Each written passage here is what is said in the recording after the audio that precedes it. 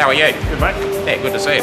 You too. It's a sign of the times that in the heart of coal mining country, a coal miner with a strong Labor and union background isn't a shoo-in at the next election. Do you see yourself as the underdog? Absolutely. Just a coal miner against a career politician. All right, well, we'll just go over and meet one of our newest apprentices here. Russell Robertson has begun reintroducing himself to Rockhampton businesses as the ALP candidate for Capricornia. This is his second attempt to win the seat, admitting his 2019 campaign was derailed by the LNP branding his party anti-coal. That was Russell Robertson. But you're a coal miner. Why couldn't you counteract that? It was just a tidal wave. And parties like the Greens, who are completely unhelpful, they actually actively work against Labor. Our plan for net zero by 2050 is the plan that I believe Australians want. While it's unclear how the Prime Minister's pivot on climate change will affect Labor's chances in the next election, Nationals candidates and supporters are wary. So I'm not a great believer in the net zero policy per se. I don't think the attitude towards coal's changed. It hasn't changed one iota here. The Queensland seats of Flynn and Capricornia have strong ties to coal mining in the Bowen Basin. And since signing up to net zero, the Prime Minister has assured coal workers they have nothing to fear. They'll continue to be working in that industry for decades to come because there will be a transition that will occur over a long period of time. But for some in the party, talk of even a gradual change to coal mining and power generation is a step too far. Obviously that's the Prime Minister's point of view. You see the modelling. You don't agree with it? I don't believe it. We do not have an alternative energy source that can provide reliable baseload power at this point in time. Colin Boyce is a Queensland State MP who has been pre-selected to stand for the Nationals in the federal seat of Flynn. While he differs from the Prime Minister on the need for a net zero emissions policy, his message to the electorate is similar. An LNP government will ensure there's minimal change.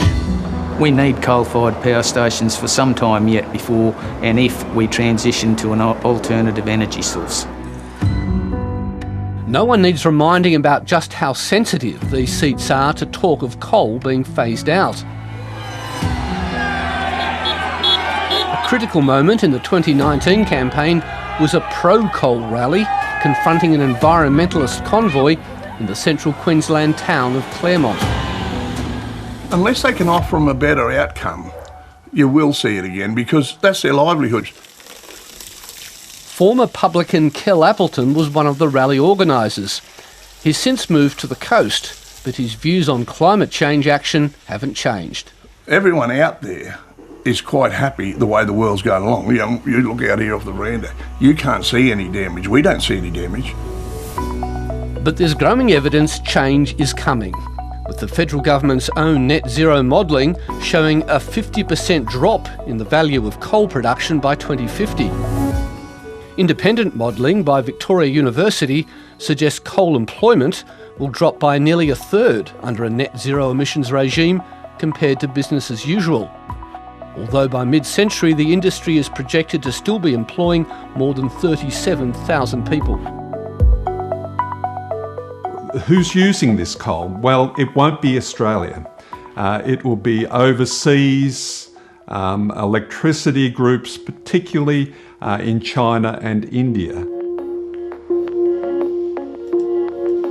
The modelling shows there'll be winners and losers across Australia. Central Queensland's jobs growth, for example, will be marginally slower under net zero. Moving to zero net emissions means structural change. Now is the time to start planning for 30 years into the future. It's not only coal but also broadacre agriculture that makes central Queensland vulnerable to decarbonising the economy. And that's one of the reasons the Queensland Government has selected the area around Rockhampton as a renewable energy zone, with 5 major wind and solar energy projects in the pipeline. Rockhampton is coal country. Is there much scepticism about renewables? I think I'd call it more nervousness, Peter. Not everyone loves change, and not everyone embraces new technologies along the way.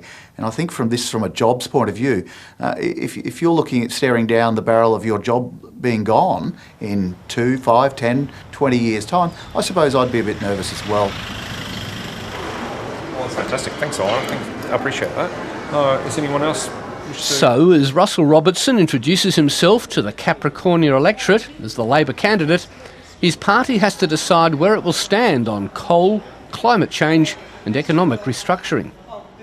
I think you should be trying to be honest. I think there's a huge piece laid at the feet of coal miners. But again, if you look at particularly the Bowen Basin, we are producing millions of tonnes of metallurgical coal.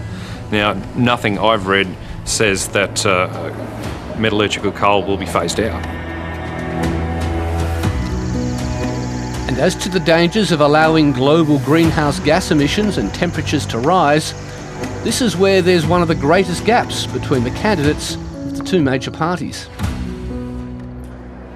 Do you worry about the effects of climate change? No.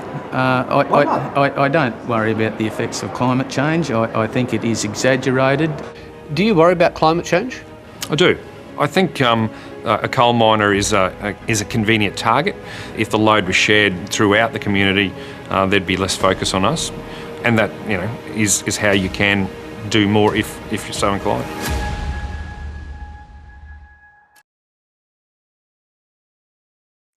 Hi, I'm Lee Sales. Thanks for watching this story. If you'd like to watch more of 730's stories, they are on the left of your screen. And tap on the button below to subscribe and get the latest from ABC News.